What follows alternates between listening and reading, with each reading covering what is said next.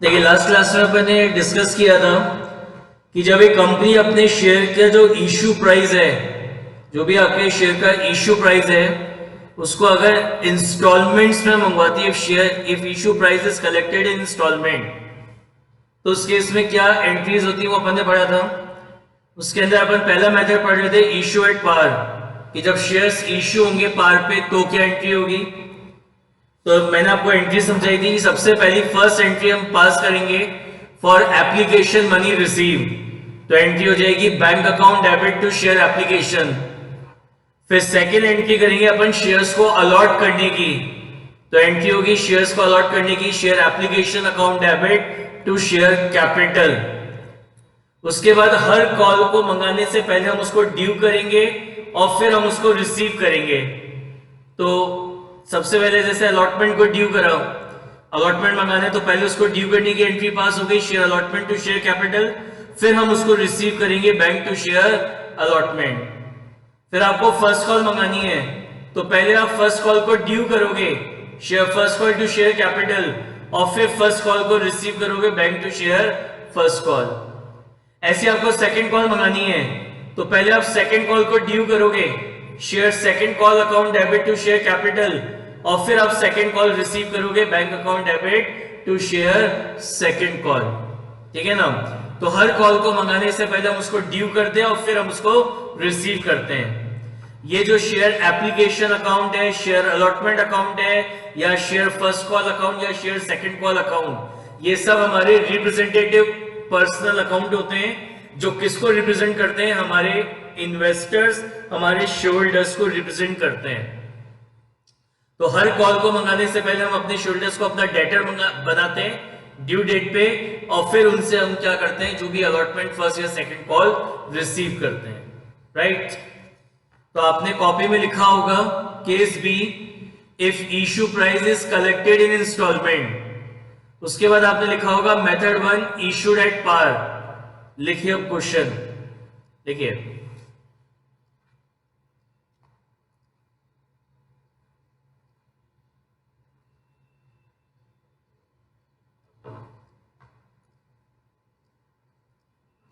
Question number one. Suppose करिए company है जो अपने 10,000 शेयर्स इश्यू कर रही है, 10,000 शेयर्स इश्यू कर रही है और ₹100 ईच के। 10,000 शेयर इश्यू कर रहे हैं और रुपीस कितने के, 100 ईच के।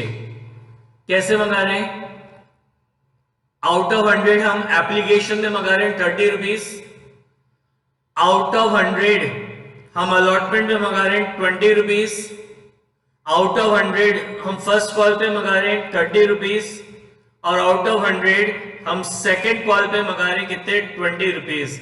इस तरीके से इंस्टॉलमेंट में हम अमाउंट मंगा रहे हैं। ये जो एप्लीकेशन मनी है ये आपको 1 अप्रैल से 30 अप्रैल की बीच डिपॉजिट कराना है। सपोज करो अलॉटमेंट मनी आपको 1 मई से 31 मई के बीच डिपॉजिट कराना है। फर्स्ट कॉल मनी आपको 1 जून से, इसको कॉपी करिएगा कॉपी में, इसको आपको 1 जून से 30 जून के बीच डिपॉजिट कराना है। एंड जो सेकेंड कॉल है, सेकेंड कॉल आपको 1 जुलाई से 31 जुलाई के बीच क्या करना है, डिपॉजिट कराना है। अब सपोज करो आपकी टोटल 10,000 एप्लीकेशन क्या हुआ, रिसीव हुई। 10,000 एप्लीकेशन क्या हुआ, रिसीव हुई। आपको 10,000 एप्लीकेशन रिसीव हुई। अब अपन को इसकी एंट्री पास करनी है।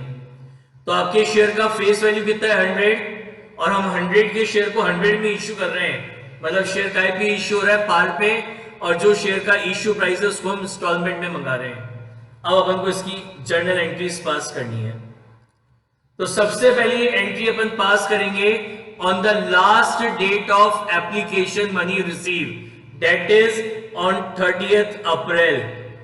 तो 30 अप्रैल को एप्लीकेशन मनी रिसीव करने की एंट्री क्या होगी, बैंक अकाउंट डेबिट, कितनी एप्लीकेशन आई है, 10,000, एंड एप्लीकेशन मनी इज 30 पर शेयर। तो bank account debit 10,000 into 30 to share application account 10,000 into 30। तो फर्स्ट एंट्री हो गई एप्लीकेशन मनी रिसीव करने की। Any doubt in this entry? Any doubt? Now second entry अपन पास करेंगे 30 अप्रैल को। काय की एंट्री पास होगी? For allotment of shares, for allotment of shares. तो एंट्री पास करेंगे share application account debit, share application account debit to share capital, share application account debit to share capital 10,000 into 30, 10,000 into 30। तो ये entry pass होगी काय की? Shares को allot करने की। ये एंट्री होगी फॉर अलॉटमेंट ऑफ शेयर्स। अब आगे आपको क्या करना है? अलॉटमेंट मंगाना है, फर्स्ट कॉल मंगाना है और सेकंड कॉल मंगाना है। तो हर कॉल को मंगाने से पहले हम उसको ड्यू करने की एंट्री पास करेंगे और फिर हम उसको रिसीव करने की एंट्री करेंगे। तो फर्स्ट मई को आप एंट्री पास करोगे फॉर अलॉटमेंट मनी ड्यू। क्या एंट्री होगी अलॉटमेंट को ड्यू करने की? Share allotment account debit, share allotment account debit. क्यों किया डेबिट? मैंने आपको बताया था कि जो शेयर अलॉटमेंट है it is a representative personal account. किसको रिप्रेजेंट कर रहा है? शेयर होल्डर्स को रिप्रेजेंट कर रहा है। तो हमने अपनी बुक्स में अपने शेयर होल्डर्स को बना लिया अपनी बुक्स में अपना डेटर। शेयर होल्डर्स को अपनी बुक्स में क्या बना लिया? अपना डेटर। कितना अमाउंट मंगाना है? 10,000 into 20 to share capital, to share capital account 10,000 into 20। Allotment मंगाएंगे 20 का, तो इससे आपकी कैपिटल इंक्रीज होगी। कैपिटल लायबिलिटी है और लायबिलिटी जब इंक्रीज होती है तो उसको हम क्रेडिट करते हैं। तो इसलिए हमारा शेयर कैपिटल अकाउंट हो गया क्या? क्रेडिट। फिर नेक्स्ट एंट्री हम करेंगे 31 मई। काय की एंट्री पास होगी 31 मई को? For allotment money receive. तो अलॉटमेंट मनी रिसीव हो रहा है तो इससे आपके कंपनी का बैंक बैलेंस इंक्रीज हो जाएगा। तो bank account debit 10,000 into 20 to share allotment, to share allotment account 10,000 into 20, to share allotment 10,000 into 20। आपके जो शेयर होल्डर्स हैं उन्होंने अलॉटमेंट का अमाउंट पे करा तो इससे आपके कंपनी का बैंक बैलेंस इंक्रीज होगा, तो इसलिए तो आपका बैंक अकाउंट डेबिट हो गया। ये जो शेयर अलॉटमेंट है it is a representative personal account और पर्सनल अकाउंट का रूल होता है debit the receiver credit the giver. तो आपके जो शेयर होल्डर्स हैं वो अलॉटमेंट मनी पे कर रहे हैं यानी क्रेडिट द गिवर, तो इसलिए शेयर अलॉटमेंट अकाउंट कर दिया क्रेडिट। बताइए इन दो एंट्रीज में किसी को कोई डाउट हो तो? Any doubt?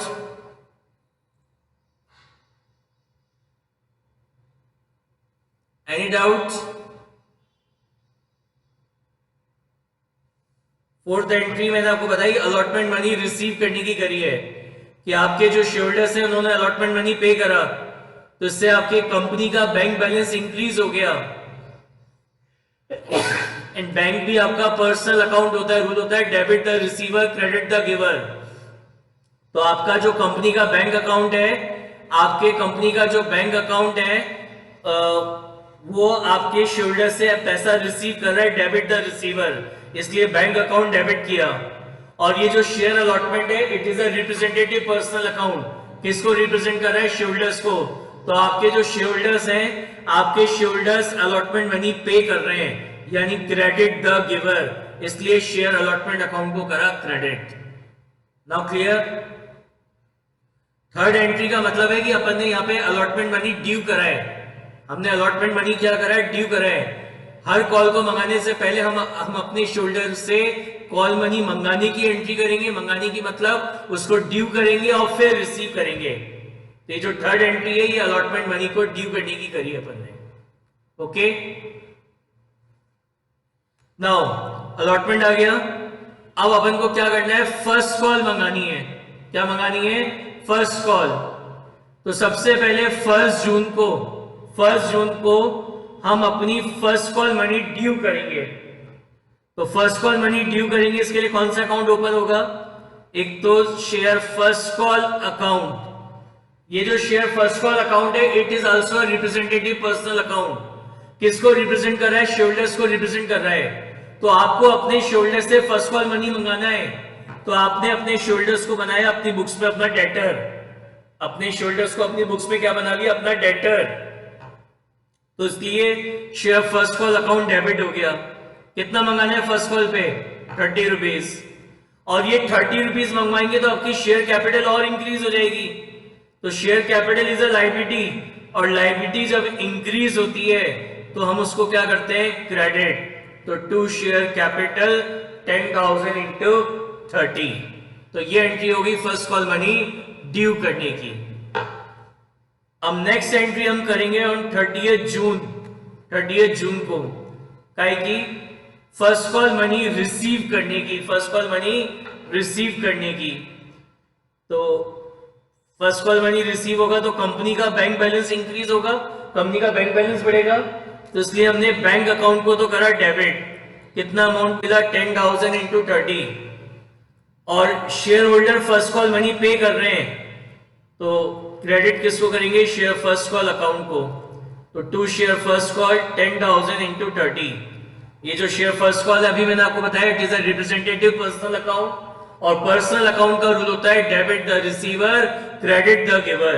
तो आपके जो शेयरहोल्डर्स हैं वो फर्स्ट कॉल मनी पे कर रहे हैं तो क्रेडिट द गिवर, इसलिए फर्स्ट कॉल अकाउंट को किया अपन ने क्रेडिट। बताइए समझ में आई क्या बात? Any doubt?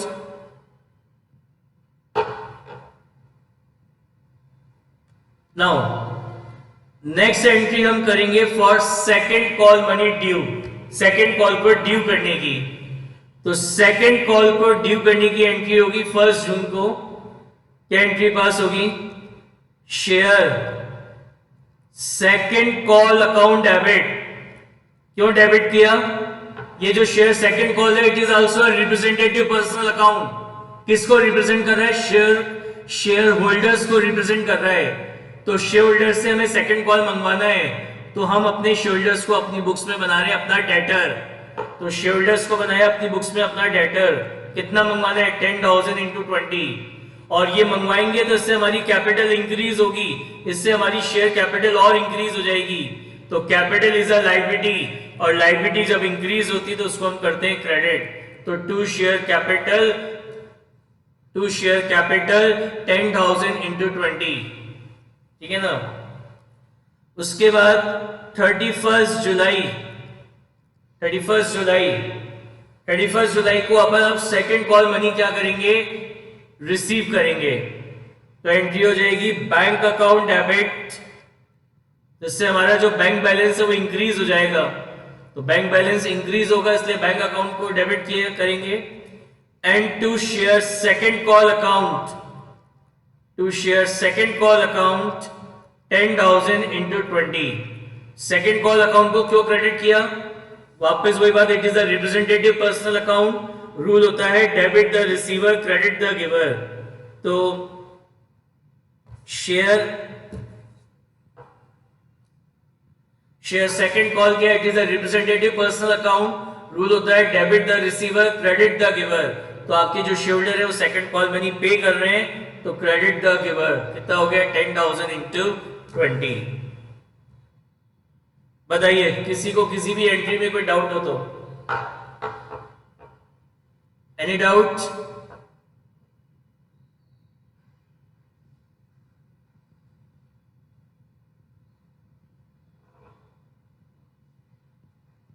ओके तो अभी अपन ने पढ़ा कि if issue price of share is collected in instalment, कि आपने जो भी शेयर का इश्यू प्राइस है आप उसको इंस्टॉलमेंट में कलेक्ट कर रहे हैं। मेथड 1 पढ़ा इश्यूड एट पार, कि आप शेयर को काय पे इश्यू कर रहे हैं? पार पे। अब अपन पढ़ रहे हैं मेथड 2, कि जब हम शेयर का जो भी इश्यू प्राइस है उसको इंस्टॉलमेंट्स में कलेक्ट करें और शेयर आपका इश्यू होगा काय पे? प्रीमियम पे। तो मेथड 2 इश्यूड एट प्रीमियम, की शेयर काय पे इश्यू हो रहा है? प्रीमियम पे। तो ये जितनी भी आपने एंट्रीज करी सारी entries as it is pass होंगी, सारी entries as it is pass होंगी जो भी अभी करी अपन ने। फर्स्ट पहले एप्लीकेशन मनी रिसीव होगा, फिर शेयर अलॉट करेंगे, अलॉटमेंट ड्यू करा, अलॉटमेंट रिसीव होगा, फर्स्ट कॉल ड्यू करा, फर्स्ट कॉल रिसीव होगा, सेकंड कॉल ड्यू करा, सेकंड कॉल रिसीव होगा। सारी entry as it is pass होंगी, बस केवल एक एंट्री में चेंज आएगा, केवल एक एंट्री में चेंज आएगा। किसमें? जिस भी कॉल के साथ आप प्रीमियम का पैसा मंगाएंगे, जिस भी कॉल के साथ आप प्रीमियम का पैसा मंगाओगे, उसकी जो ड्यू वाली एंट्री है, उसकी जो ड्यू वाली एंट्री है, केवल उसमें चेंज आएगा और बाकी सारी entry as it is pass होंगी। जैसे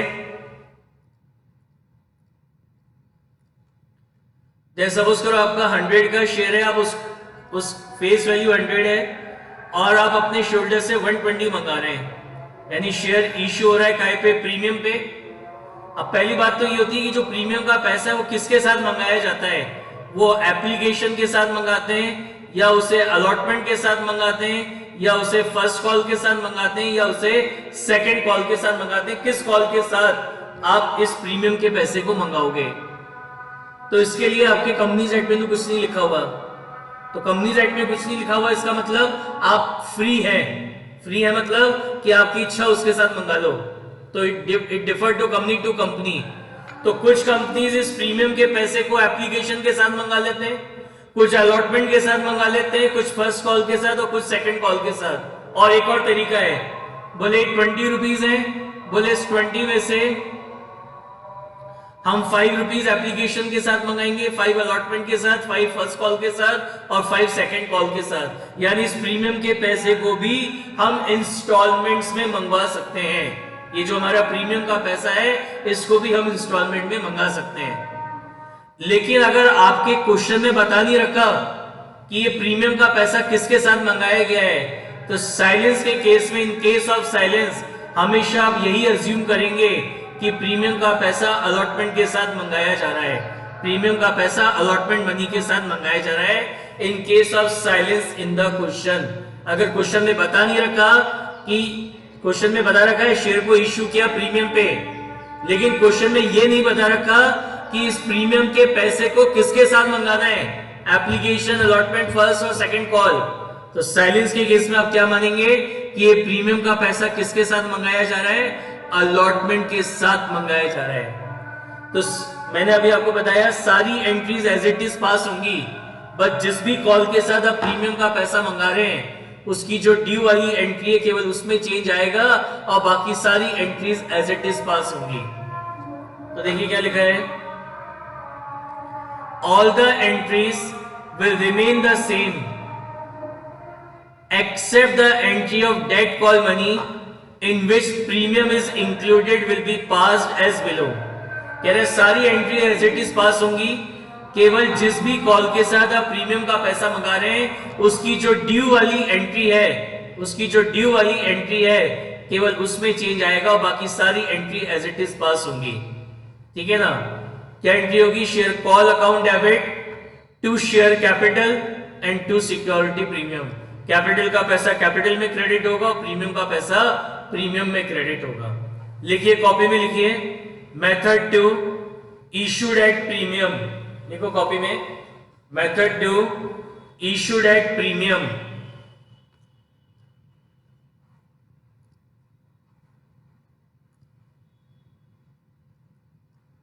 लिखो क्वेश्चन 2।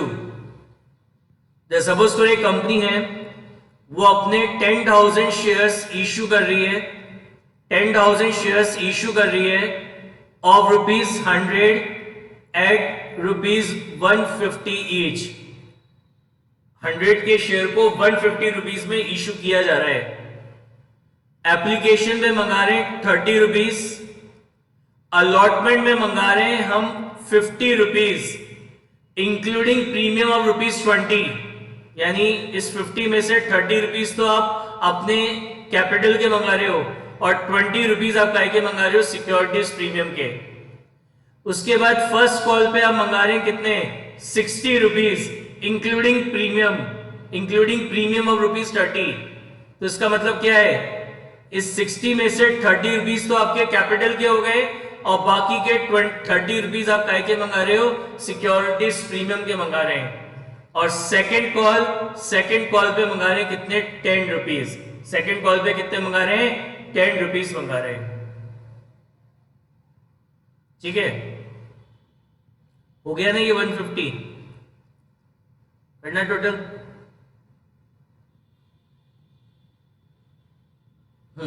हो गया 150। Yes sir. तो 150 रुपीज हो गए। इस तरीके से मंगा रहे हैं। अब सपोज करो ये जो अमाउंट है आपको 1 जून से 15 जून के बीच डिपॉजिट कराना है। उसके बाद अलॉटमेंट आपको 1 जुलाई से 15 जुलाई के बीच डिपॉजिट कराना है। देन फर्स्ट कॉल आपको 1 अगस्त से 15 अगस्त के बीच डिपॉजिट कराना है। देन सेकेंड कॉल आपको 1 सितंबर से 15 सितंबर के बीच क्या करना है, डिपॉजिट कराना है। और टोटल 10,000 एप्लीकेशन रिसीव हुई। कितनी एप्लीकेशन रिसीव हो रही है, 10,000 एप्लीकेशन क्या हुआ, रिसीव हुई। अब अपन को इसकी एंट्री पास करनी है।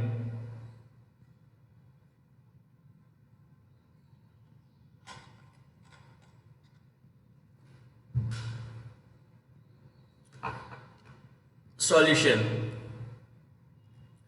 फर्स्ट एंट्री पास होगी on the last date of application money receive, that is on 15 June. काय की एंट्री पास करेंगे, सबसे पहले एप्लीकेशन मनी रिसीव करने की। तो एंट्री हो जाएगी bank account debit to share application account, bank account debit to share application account 10,000 into 30, 10,000 into 30। तो फर्स्ट एंट्री पास होगी for application money receive. Second entry अपन पास करेंगे फॉर अलॉटमेंट ऑफ शेयर्स। कितने शेयर्स अलॉट करने हैं आपको, 10,000। तो entry हो जाएगी share application account debit, share application account debit. Copy करिएगा ये क्वेश्चन भी। Share application account debit 10,000 into 30 to share capital 10,000 into 30।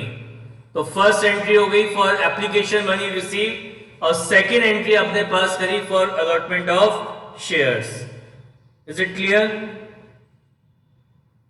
Now next entry करेंगे for allotment money due.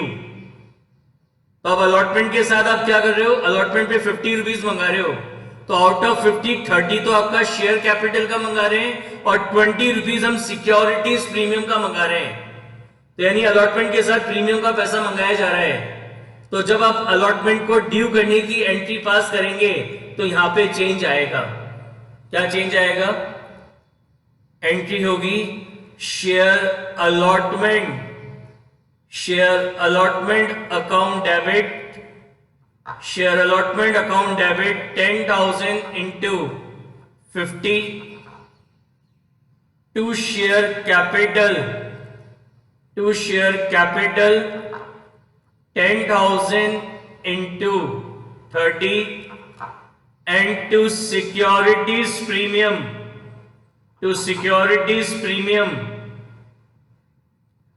10,000 into 20। Capital liability है इसलिए उसको क्रेडिट करा और प्रीमियम आपका रिजर्व है और रिजर्व भी आपकी लाइबिलिटी होती है और लाइबिलिटी जब इंक्रीज होती है तो उसको हम क्या करते हैं, क्रेडिट। फिर हम 15 जुलाई को एंट्री पास करेंगे फॉर अलॉटमेंट मनी रिसीव। तो अलॉटमेंट मनी रिसीव करने की एंट्री होगी bank account debit to share allotment 10,000 into 50 10,000 into 50। बताइए इन दोनों एंट्रीज में कोई डाउट है किसी को? समझ में आ गई दोनों एंट्री? किसी को कोई डाउट?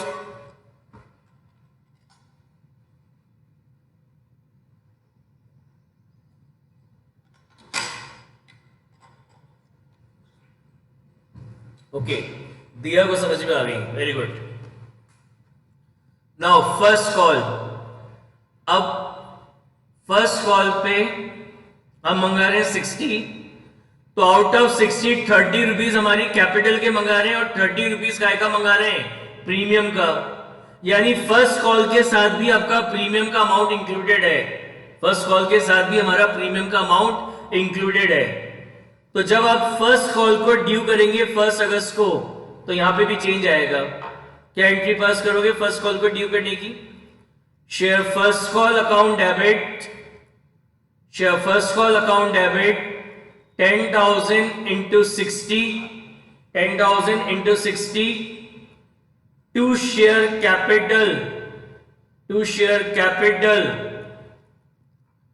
10,000 into 30, 60 में से 30 कैपिटल है एंड 30 प्रीमियम है, तो to securities premium, to securities premium account 10,000 into 30, 10,000 into 30। फिर नेक्स्ट एंट्री हम करेंगे 15 अगस्त for first call money receive. तो एंट्री हो जाएगी bank account debit 10,000 into 60 to share first call, to share first call 10,000 into 60। बताइए किसी को कोई डाउट इस एंट्री में? फर्स्ट कॉल मनी ड्यू करी, फिर फर्स्ट कॉल मनी रिसीव करी, एनी डाउट? समझ में आ गई एंट्री दोनों? नेक्स्ट एंट्री करेंगे सेकंड कॉल को ड्यू करने की। तो सेकंड कॉल पे केवल 10 रुपीज मंगाने हैं, इसके साथ कोई प्रीमियम नहीं मंगाना आपको। तो सेकंड कॉल को ड्यू करने की एंट्री अपन पास करेंगे share second call, share second call account debit, share second call account debit to share capital, to share capital account 10,000 into 10, 10,000 into 10। उसके बाद 15 सितंबर आप सेकेंड कॉल मनी रिसीव करने की एंट्री पास करेंगे। Bank account debit 10,000 into 10 to share second call, to share second call 10,000 into 10। ये second call receive हो गया। बताइए किसी को कोई डाउट हो तो पूछिए किसी भी एंट्री में। Any doubt?